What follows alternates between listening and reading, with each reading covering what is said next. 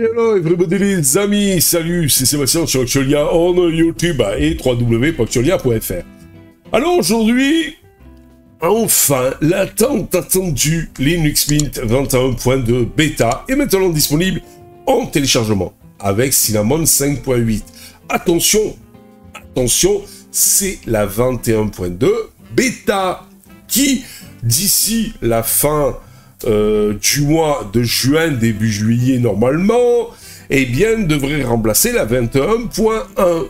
Mais c'est une version bêta. Mais pour les plus cascadeurs d'entre vous, eh bien, elle est disponible. Voilà, elle devrait normalement sortir soit fin juin, voire maintenant plutôt début juillet 2023, en version finale.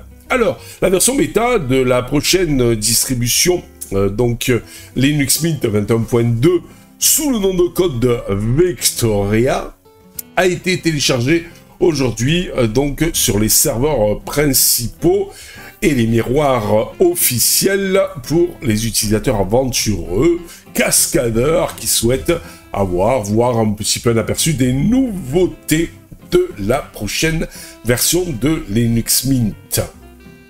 Alors, Linux Mint 21.2 est la troisième version de la série Linux Mint 21. Il y a eu la 21, après 21.1, et maintenant il y a la 21.2, qui est basée toujours sur la 22.04 LTS de chez Monsieur Ubuntu. Attention, c'est pas une mise à jour majeure, c'est une mise à jour mineure. Elle est donc pris en charge à long terme, voilà. Alors, elle est disponible en 3 versions, comme d'habitude. Avec la première version, la version principale, avec le bureau, donc l'environnement de bureau Cinnamon 5.8.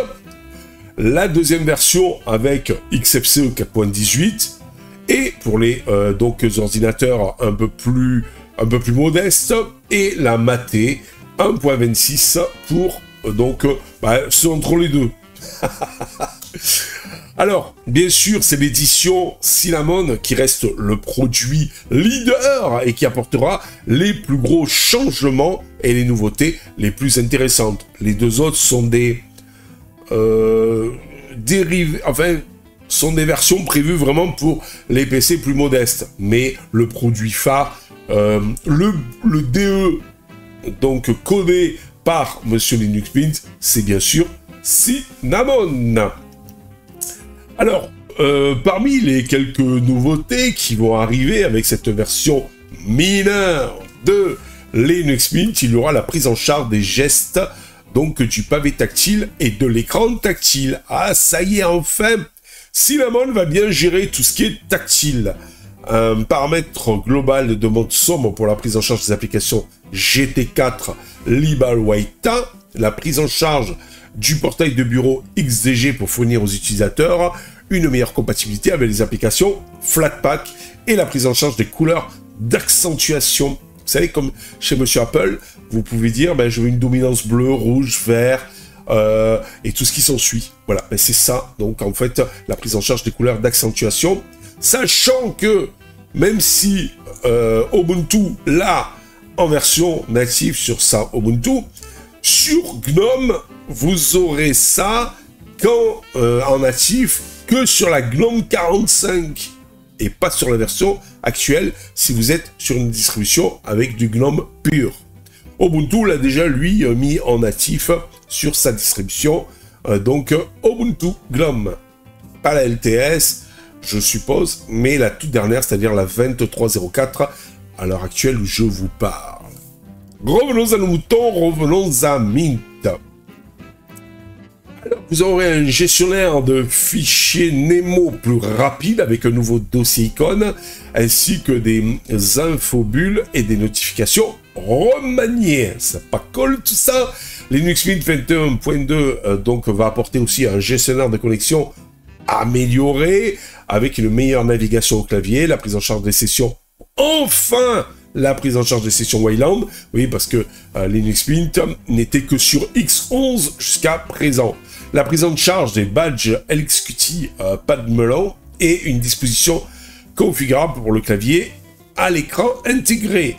Une liste de sessions déroulantes la prise en charge de plusieurs claviers, mise en page et meilleure prise en charge du pavé tactile avec détection automatique et activation du toucher pour cliquer.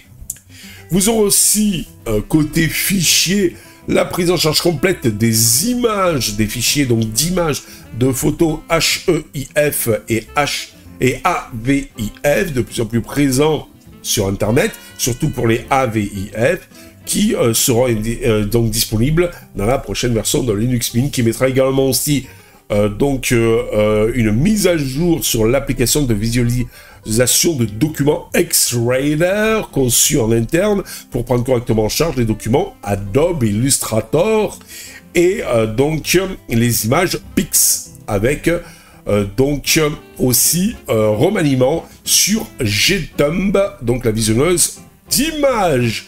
L'application Software Manager a également été mise à jour dans Linux Mint 21.2.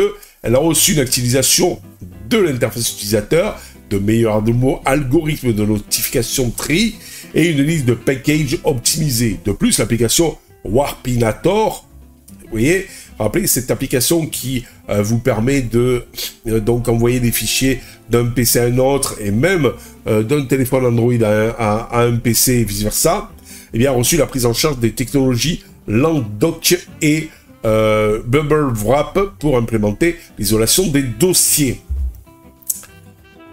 Alors,